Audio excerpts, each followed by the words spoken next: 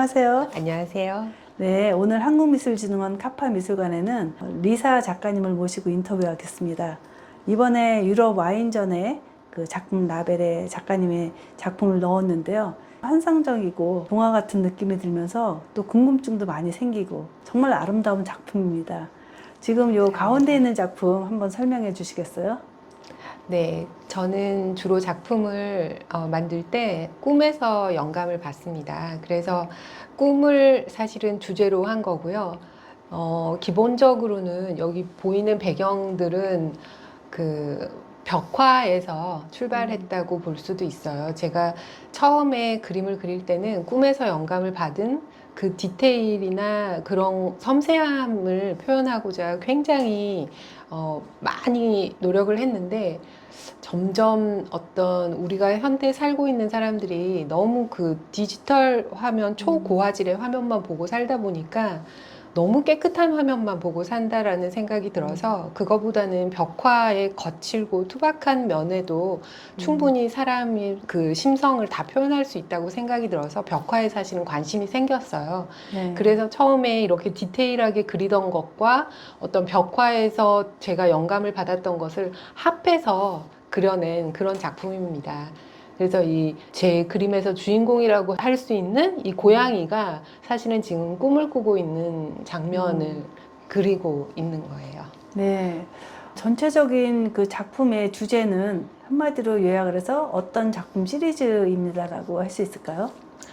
시리즈는 지금 라벨 출품한 것에서는 한 두 가지로 요약할 수 있는데 지금 첫 번째는 어떤 꿈에 관련된 시리즈 동물 캐릭터들이 이제 제 꿈에서 보였을 때 사실은 그거로부터 영감을 받아서 그림을 그렸던 거고 또 한 가지 주제는 복주머니예요.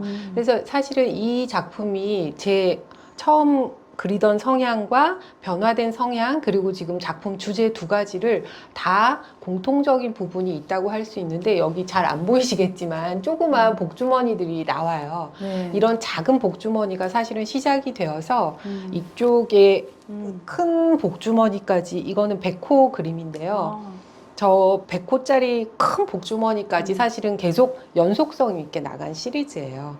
그래서 네. 꿈에서 시작한 것과 복주머니 시리즈 이 두 가지가 제 작품의 어떤 큰 테마입니다. 작품에서 아주 재밌는 동물을 발견했어요. 그 뒤에 있는 작품인데 그 동물의 이름이 뭐죠?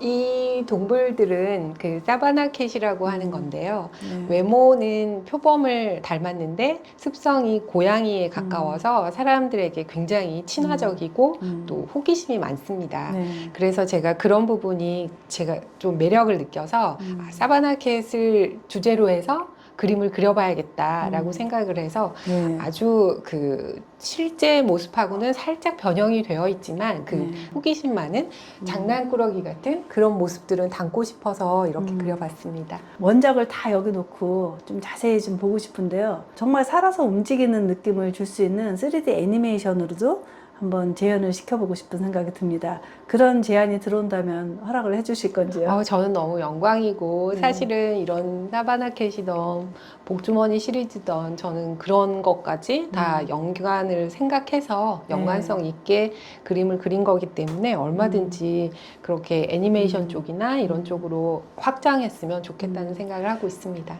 그리고 여기 보면은 장식성 있어 보이는데 벌집인가요? 네, 벌집인데요. 실제로 벌집을 보면 굉장히 조금 징그럽게 너무 많은 게 치밀하게 있는 그런 생각을 했어요. 그렇지만 그 벌집 하나하나에는 많은 재밌는 일들이 일어나고 그 안에서 정말 하나하나 꿀벌들이 만들어지고 벌이 만들어지는 게 너무 신기해서 그리고 싶은데 사실은 너무 징그러운 거예요. 그래서 제가 조금 그것을 좀 사랑스럽게 실제로는 그 벌집 자체가 너무 사랑스럽잖아요. 그래서 그거를 표현하려고 저렇게 조금 모양을 바꿔서 변형시켜서 저렇게 표현해 봤습니다.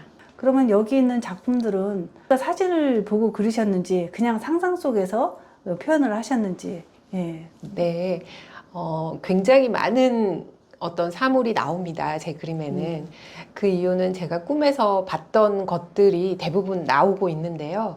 꿈에서 봤던 것의 그 기억을 간직하고 있고, 그 다음에 그림을 그리기 바로 직전에 이게 실제로 제가 알고 있는 것과 다를 수 있기 때문에 한번 찾아봅니다. 찾아본 후에 직접 이제 그림을 그 대생을 시작할 때는 그 찾아봤던 그림은 보지 않아요. 보지 않고 바로 그냥 상상력과 실제 봤던 그 기억을 가지고 최대한 그 느낌을 살려서 그리기 때문에 어떻게 보면 실제 그림을 그릴 때는 어쨌든 보지 않고 그리고 있습니다. 네. 이렇게 여러 가지 상상을 하신다는 거는 영향을 따로 받으신 게 있나요? 평소에.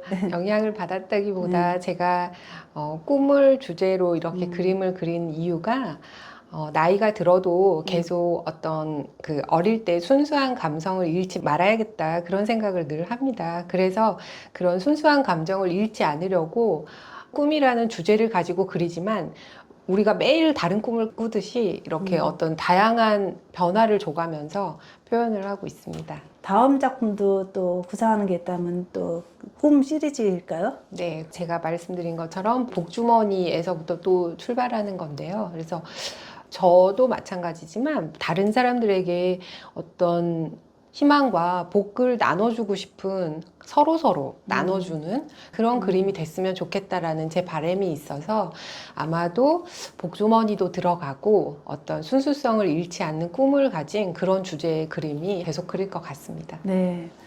혹시 평소에도 와인을 조금 즐겨 하시는지요? 제가 정말 하고 싶은 게 술을 잘 먹는 사람이 되고 싶은 건데 잘은 마시지 못해요. 그래도 아마 이런 한 잔 정도는 마실 수 있겠습니다. 네. 이렇게 아름다운 작품이 담겨 있는 그 와인은 귀한 선물이 될 거고 네. 또 와인을 마신 후에도 소장품이 될 것 같습니다. 네. 끝으로 작품에 대해서 하실 말씀 있으시면 한 말씀 더 해주시고. 제가 그림을 그리는 이유가 정말 저도 위로를 받지만 다른 사람들한테 위안이 될 수 있는 그런 그림이면 참 좋겠다라고 늘 생각하면서 그립니다. 그래서 그게 뭐 사람처럼 말을 하지 못하는 동물이 됐건 식물이 됐건 무생물이 됐건 저는 다 위로를 받을 수 있다고 생각하는 그런 소중한 존재라고 생각하기 때문에 그런 아주 사소한 존재도 제 그림 속에서는 뭔가 다 말을 하고 있다고 저는 생각을 해요. 그래서 그런 것들이 보시는 분들도 함께 느껴주시면 저는 그거보다 뭐 더 큰 영광이 없을 것 같습니다. 귀한 작품으로 전시를 이렇게 허락해 주셔서 감사합니다. 제가 더 감사드립니다. 네, 감사합니다. 네, 지금까지 한국미술진흥원 카파미술관에서 리사 작가님을 모시고 인터뷰하였습니다. 네, 감사합니다. 감사합니다. 네.